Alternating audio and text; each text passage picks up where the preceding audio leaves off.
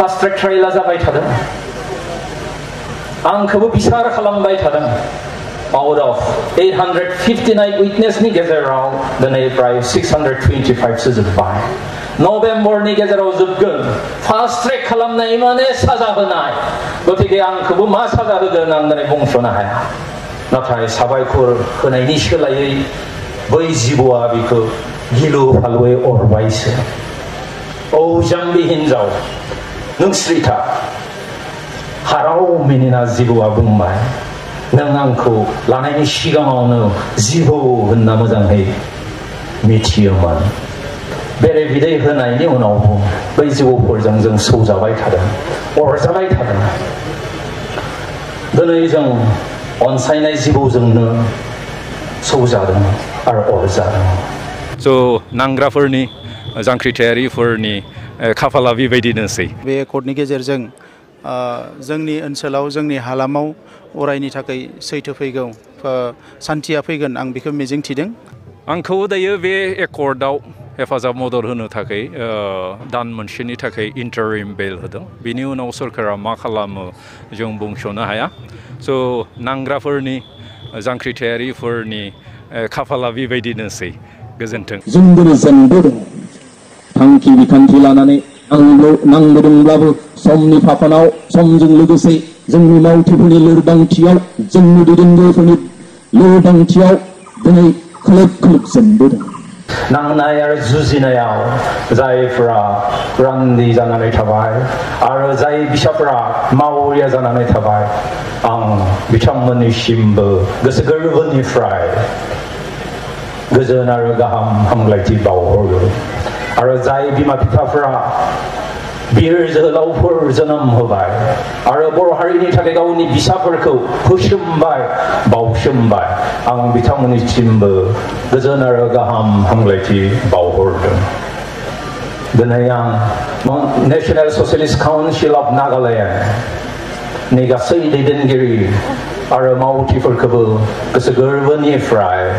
साबायखर आरो हामलायथि बावहरदों मानोना NSCनि दैदेनगिरिफ्रा मावथिफ्रा जोंखौ हेफाजाब आरो मदद होआमोनब्ला जानो हागौ जों दिनैसिम जिबायदि दावगानो हादों जिबायदि नांबोदों बेबायदि हयथ' जों नांनो हानाय नङामोन जुजिनो हानाय नङामोन बेनिखायनो दिनै बिथांमोनखौबो गैयाब्लाबो आं आंनि गोसो गोरबोनिफ्राय गोजोन आरो गाहाम हामलायथि बावहरो दिनैनि सानावनो गोग्लैसोनानै थानाय उन्दुसोनानै थानाय फिसा बर' गामि अदला खासिबारियाव नेशनेल डेम'क्रेटिक फ्रन्ट अफ बर'लेण्डआ जोनोम मोनदोंमोन गावनि सिनायथिनि मोनथायनि आरो राजखान्थियारि थामोनथानि थाखाय नांनो आरो जुजिनो आरो बर' माहारिखौ उदां खालामनो जों दिनै बेखौनो गोसोखांनानै रंजादों आरो फोरबो बायदि फालिदों खुंदों दिनै जों नायफिनदों जों बै साननिफ्राय दिनैसिम मा मोनखो थांनाय 32 बोसोराव जों दिनै मा मोनखो माबायदि देरहादों माबायदि जों फेलें जादों बेखौ नायफिननो थाखायनो जों दिनै बे गायसन सानखौ रंजा बाजायै खुंदों आरो फालिदों दिनैनि सानाव National Democratic front of Boroland जोनोम मोननायजों लोगोसे हारि अनफावरि सानखांथियाबो जोनोम मोनफायो बै साननिफ्रायनो बर'फ्राबो बे गुबुन हारिफोरजों समान बेखौ लाना दिनैसिम 32 बोसोर नेशनेल डेम'क्रेटिक फ्रन्ट अफ बर'लेण्डआ गोख्रोङै जुजिबोदों आरो मान सन्मानजों बर'नि राजखान्थियारि जेंनाखौ समाधान खालामनो एबा सुफुंनो हास्थायदों आरो नाजादों गेदेमा रायजो राजा नोंथांमोन जों दिनै जोंनि जि नांनाय आरो जुजिनाय हाथियार लानानै जि नांनाय आरो जुजिनाय बेखौ दोनथ'नानै जों भारत सरकारजों सावरायनायनि बर'नि जि मोन्थाय जि थामोनथा जि जारिमिनारि मोन्थाय बेखौ सुफुंनो हायो खोमा होननानै जों नाजादों आरो हास्थायदों थांनाय एप्रिल दाननिफ्राय national Democratic front of Bodoland NDPP जों रायलाय थांनाय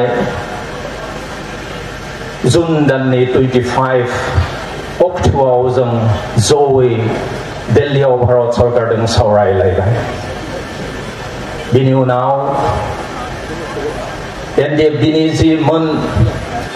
18 आरो NDPनि जि 20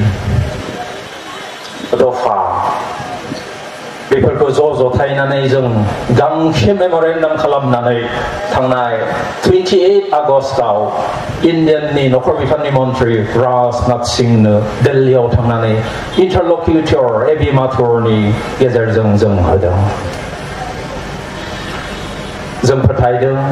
जे भारत सरकारा जि जोंनि गांनाय उखैनाय जि नांगौ बेखौ थाबैनो सुफुंनानै होगोन होननानै आरो बे सावरायनाय समफ्राव नांनायफोर समाव जेबायदि हेफाजाब आरो मदद होदोंमोन बेबायदिनो दासिमबो होनायनि थाखाय जों नोंथांमोनखौ गोसो गोरबोनिफ्राय हेफाजाब गोसो गोरबोनिफ्राय साबायखर बावहरो डनाल्ड ट्राम्पआ लिरनाय बिनि सल'मानिफ्राय जुदि फरायना होयोब्ला बा खन्थाइखौ आवरायनानै होयोब्ला आं सानो गासैबो मोजाङैनो बुजिगोन होननानै आंहा रोमै गोसोआव दं डनाल्ड ट्राम्पआ थांनाय मे दानाव आमेरिकानि प्रेसिडेन्ट डनाल्ड ट्राम्पजों मोनसे मिटिंआव मोनसे खन्थाइ आवरायदोंमोन खन्थाइनि मुङा जाबाय इमाइग्रेसन असमियावबा हयथ' अबिभाखि लुक बा बहिरागत लुक बा बर'आवबा गुबुन हादोरनिफ्राय फैनाय आरो এই অভিবাসী লোক বহিরাগত লোক কোন কি করে কেনেকৈ বিখ্যাত बेखौ लानानै आमेरिकानि प्रेसिडेन्ट डनाल्ड जे ट्राम्पआ मोनसे खन्थाइ लिरनानै मोनसे मिटिंआव आवरायदोंमोन आं सानो बेखौ जुदि आवरायनानै होयोब्ला नोंथांमोनाबो बै गुबुन हादोरनिफ्राय हाबफैनाय मानसिफ्रा माबायदि बेसेबां गिलु फालु गिथाव बाथाव बेखौ मोजाङै मिथिसिनगोन होननानै खन्थाइनि मुङा जादोंमोन इमाइग्रेसन गुबुन हादोरनिफ्राय हाबफैनाय मानसिफोर खन्थाइया जाबाय ओरैबायदि On her way to work one morning down the path along the lake a tender-hearted woman saw a poor half-hearted frozen snake आवरायदोंमोन United Nations of Americaनि प्रेसिडेन्ट डनाल्ड जे ट्राम्प गोदो नोंथांमोना बिनिफ्राय बुजिनो हादों जे दिनै गुबुन हारिफ्रा गुबुन हादोरनिफ्राय हाबफैनाय मानसिफ्रा माबायदि गिलु फालु जिबौ बायदि बेखौ आं बेखिनि समाव बर'यै दानस्लायदों बेखौ आं नोंथांमोननि सेराव फरायनानै होनो नागिरदों गुबुन हादोरफोरनिफ्राय हाबफैनाय मानसि आं खन्थाइनि मुंखौ बेबायदि होदों सानसेखालि फुङाव खामानि मावनो थांनाय लामायाव बिलोमानि लामानि गाहायजों सासे गोसो गुरै अनसुलि हिनजावा बरफजों लाथा खाना थानाय लोरबां थैहांहां जिबौ नुयो बिनि समायना बिगुरा गासैबो बरफजों लाथा खाबाय बियो गाबख्रावबाय आरो बुंबाय दुखुनांथाव आं नोंखौ लांगोन आरो जोथोन लागोन औ गोसो गुरै अनसुलि हिनजाव आंखौ ला औ गोसो गुरै हिनजाव आंखौ ला हामासुर हाबना बुंबाय गिलु फालु जिबौआ बियो बिखौ आरामै बोनबाय गोजोन आराम होग्रा इन्दि जियाव आरो बिखौ गावनि अर खाथियाव दोनबाय माखासे बेरे बिदै आरो गाखिर होनानै बियो मामारै हैदिन हराव गावनि खामानिनिफ्राय न'आव फैबाय आरो गोख्रै मोनफैनायनि लोगो लोगोनो बियो नुबाय गाव लाबोनाय समायना जिबौआ थांखांफिनबाय बियो बिखौ मोजोमनानै लाबाय औ ओनसोलनि हिनजाव नों आंखौ ला सोरगो इसोर आंखौ ला औ ओनसोलनि हिनजाव नों आंखौ ला गिलु फालु जिबौआ हामा सुबाय बियो गावनि बिखाजों मोजोमबाय आरो होनबाय नों थारैनो समायना हिनजावा गाबनानै बुंबाय आं नोंखौ बासायबाय आरो नों आंखौ अरबाय इसोर मानो बियो गाबबाय आं नोंखौ लाबोआमोनब्ला नों दाहालागै थारैनो थैथारसिगौमोन बियो आरोबाव बिनि समायना बिगुरखौ बिलिरो खुदुमो आरो गोरा हमथाबो नाथाय साबायखर होनायनि सोलायै बै जिबौआ बिखौ गिलु फालुयै अरबायसो औ जाम्बि हिनजाव नों स्रिथा हाराव मिनिना जिबौआ बुंबाय नों आंखौ लानायनि सिगाङावनो जिबौ होनना मोजाङै मिथियोमोन बेखौ दिनै बुहुमनि बयनिख्रुइ बोलोगोरासिन हादोरनि प्रेसिडेन्ट डनाल्ड जे ट्राम्पआ रुजुनाय खन्थाइ दिनै बेबायदि रुजुनो गोनां जादों दिनै खन्थाइ आवरायनानै गावनि सुबुंफोरखौ गुबुनारि हाबफैनायनिफ्राय गुबुन हादोर हाबफैनायनिफ्राय दिनै सांग्रां खालामनो गोनां जादों दिनै जों बे जिबौफोर बायदिनो गाखिर आरो बेरे बिदै होनायनि उनावबो बै जिबौफोरजों जों सौजाबाय थादों अरजाबाय थादों दिनै जों अनसायनाय जिबौजोंनो सौजादों आरो अरजादों दिनै आसाम सरकारा रामदेवनो पतंजलिनो गोबां हा होदों बिजनेस खालामनो बिटिसिनि सोरखाराबो हाग्रामा बिथाङाबो हाजार बिघा हा होलांदों नाथाय दिनै बै पतंजलिनि मानसिफ्रा जोंखौ माबायदि लादों माबायदि सानदों बियो थांनाय 24 सेप्टेम्बरनिफ्राय 28 सिम जि योगा केम्प जादोंमोन बेयाव जों बेरखांनायखौ नुनो मोनदों जों नुदों जे बेयावहाय पतंजलिनि यज्ञापीठनि इन्सट्राक्टर सीतानाथ बरलाया दरंनि भेरुवा गामियाव बुंदोंमोन जे श्रीमन्त शंकरदेवा पण्डित नङा गोरों मानसि नङा Srimanta Sankardev was not a great scholar कीर्तनग्राफोराव जेबो गैया नामघराव दं मात्र मूर्ख हानि लेम्पफोरावसो होननानै जानो हागौ जायफ्रा टिभि सिभि नायदों बिथांमोना दिनै नुदों আমি रामदेवक पतंजलि बहुत माति दिलो किन्तु সেই দিনাখন দৰঙৰ ভেৰুৱা গাঁৱত পতঞ্জলি যজ্ঞপীঠৰ ইনষ্ট্ৰাক্টৰ সীতানাথ বৰলাই কি ক'লে তেখেতে ক'লে যে শ্ৰীমন্ত শংকৰদেৱ পণ্ডিত নহয় কোনো শিক্ষিত জনা মানুহ নহয় কীৰ্তন গুহাবিলাকত কি আছে একো নাই তাৰ মূৰ্খামিৰ সেই মাটিৰ বাটিবিলাক আছে তাৰ বাদে একো নাই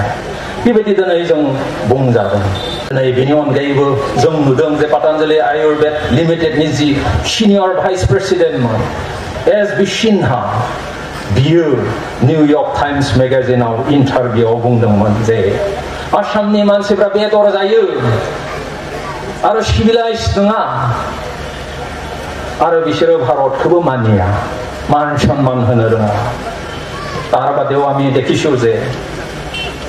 पतंजलि आयुर्वेद लिमिटेडर सिनियर भाइस प्रेसिडेन्ट एस.बी. सिन्हाই নিউয়ৰ্ক টাইমছত এটা ইন্টাৰভিউত কৈছিল যে অসমৰ মানুহবিলাক মাংস খায় অসভ্য ভাৰতক মান সন্মান কৰিব নাজানে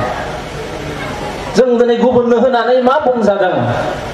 मा सानजादों जों दिनै मिथियो बेनिखायनो दिनै जोंनि बिटिसि सरकारानो जा आसाम सरकारानो जा सांग्रां जानाया मोजां दिनै बे गुबुन हादोरनिफ्राय फैनाय मानसिफ्रा गुबुन जायगानिफ्राय फैनाय मानसिफ्रा बै बिस गोनां जिबौफोर बायदिसो जेसां गाखिर होनानै बेरे बिदै होनानै फेदेरा मानो सम मोनबानो सुबिदा मोनबानो सौगोन आरो अरगोन दिनै जों बिजनेस खालामनो रोङा नामा जों अर्गेनिक फार्म खालामनो रोङा नामा खालि रामदेवे জানে নেকি আমি নাজানো নেকি খেতি কৰিব অর্গানিক খেতি কৰিবলৈ আমি নাজানো নেকি সুবিধা দিলে সুবিধা পালে আমিও জানো सानसेनि समाव जों मा रोङोमोन मा दंमोन नाथाय दिनै जों बर'फ्राबो नखर दिनै साहा गायनो रोंनाय जाबाय साहा बिलाइखौ दिनै लाख'नो हाला कम्पानिफ्रा ओरैनो गारनो गोनां जालायबाय अब्ला रामदेवनो होस्लायस्लाय जोंनि मानसिफोरनो मानो होनो हाया रामदेवर पतंजलि दियाते আমাক কিয় দিব নোৱাৰে আমাৰ অসমৰ মানুহে আমাৰ খিলঞ্জীয়া মানুহে কি খেতি কৰিব নাজানো নেকি নিশ্চয় যদি সরকারে আমাকে মাটি দিয়ে আমাকে পয়সা দিয়ে আমাকে সুবিধা দিয়ে টকা দিয়ে নিশ্চয় আমিও কৰিব পাৰিম বুলি মোৰ বিশ্বাস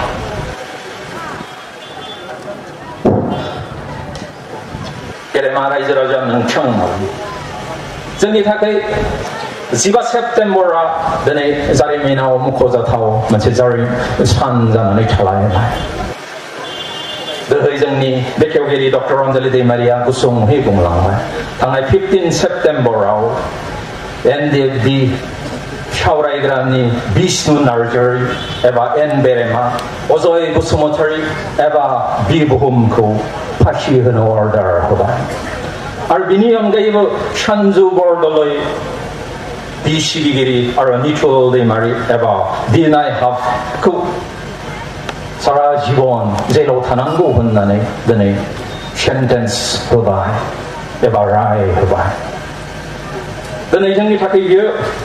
मोनसे जारिमिनाव मख'जाथाव सान दै बुंलांखाजोब्बाय दिनै नांग्राफोरखौ बे सा सानजा भारतआव जेसेबां बुथारदोंब्लाबो गावलायनाय जादोंबाबो रावखौबो बेबायदि डेथ पेनाल्टि एबा फासिनि अर्डार होआखैमोन दिनै बर'फोरखौ होबाय आं सानो बियो मोनसे मख'जाथाव सान होननानै दिनै बेनि अनगायै फास्ट ट्रेक ट्रायेलआ जाबाय थादों आंखौबो बिसार खालामबाय थादों out of 859 witnessनि गेजेराव दिनै प्राय 625 सो जोबबाय नभेम्बरनि गेजेराव जोबगोन फास्ट ट्रेक खालामनाय माने साजा होनाय गतिके आंखौबो मा साजा होगोन आं दिनै बुंस'नो हाया आं दिनै बुंस'नो हाया नाथाय आं दिनै सोंनो लुबैदों जे नोंथांमोना गिदों नामा बै सानैखौ फासि होसिगोन बेनिखाय गिबाय नामा आं फोथायो नोंथांमोना गियाखै रावबो एनडिएफबिनि सेंग्राफ्रा गियाखै आरो गिनाय नङा होननानै जोंखौ आर्मिफ्रा बुख्रेबबाय नाख्रेबबाय गावख्रेबबाय साजाय थेवबो जोंखौ फोजोबनो हायाखै आरो बे सानैल'खौ फासि होनायाव आं सानो नेशनेल डेम'क्रेटिक फ्रन्ट अफ बर'लेण्डखौ बर'फोरखौ दिनै फोजोबनो हानाय नङा होननानै बेनिखायनो दिनै जेखि जाया मानो जों दिनै दावगानांगौ आं दिनै गावनो नभेम्बर डिसेम्बरनि गेजेराव जि जाजमान फैयो आं बेनि थाखाय प्रस्तुत I am prepared for it for anything as a revolutionary like imprisonment जानो हागौ death penalty जानो हागौ आं मिथियो they are the part and parcel of a revolution आं दिनै स्पेशली जायफोरा ओंखारबोनाय जोहोलावजोफोर बिथांमोनखौ आं दिनै खावलायनो लुबैयो दिनै सानैया फासि होजाब्लाबो आं जेलाव थानांब्लाबो फासि होजाब्लाबो दिनै नोंथांमोनानो दैदेनलांबाय थानांगोन दैदेनलांनांगोन फासयनो नाङा गिनो नाङा दावगालांनांगोन खोलोब खोलोब सासेनि उनाव सासे दिनै दावगालांनांगोन आरो बेबायदि दावगालाङोब्ला आसाम सरकाराबो भारत सरकाराबो माब्लाबा बाग्लायनानै जों जि नागिरदों बर'लेण्ड बर' हादोर बेखौ होनांथारगोन होननानै आंहा फोथायनाय दं बेनि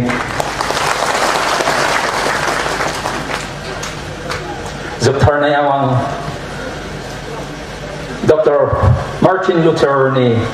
फंनैसो सोदोबजों आं फोजोबनो होननानै सानबाय 1968 मायथाइयाव वाशिंटनाव 1 लाख नङा 2 लाख मानसिनि गेजेराव बयनिफ्राय मुंदांखा बिथाङा बिबुंसार लाखिदोंमोन आरो बे बिबुंसारानो जाबाय आंहा सिमां दं I have a dream आंहा सिमां दं आरो बे सिमाङानो जाबाय बिथांनि सिमाङानो जाबाय जे सानसेनि समाव गोसोमजों गुफुरजों ज' जिरायलायगोन ज' स्कुलाव थांगोन ज' गिर्जा न'आव थांगोन ज' अफिसाव थांगोन ज'यै खामानि मावलायगोन बिगुमानि फिसाज्ला बान्दानि फिसाज्ला ज'यै दावगागोन होननानै बिथांनि जि सिमां बिथाङा गावथार जानाय लोगो लोगोनो जाफुंदों दिनै बिथांनि बायदि जोंहाबो जुदि सिमां थायोब्ला बे सिमाङाबो जाफुङो जोंनि 12,000निबो बांसिन मुंख्लंफोरनि जि सिमां बे सिमांनि थाखायनो दिनै बिटिसिआ बेरखांबाय आरो जों जुदि 10,000 20,000 50,000 जुदि बे सिमांखौ लानानै जुदि बावसोमनो हायोब्ला आं सानो जोंनि रायजो जोंनि हादोर बर'लेण्डआबो बेरखांगोन होननानै आरो बिथाङा मोनसे खोथा बुंबावदोंमोन जे when we are silent we start to die जों जेब्लानो सिरि सिरि थायो अब्लानो जों थैलाङो होननानै जों जेब्लानो सिरि सिरि थागोन अब्लानो जों थैलांगोन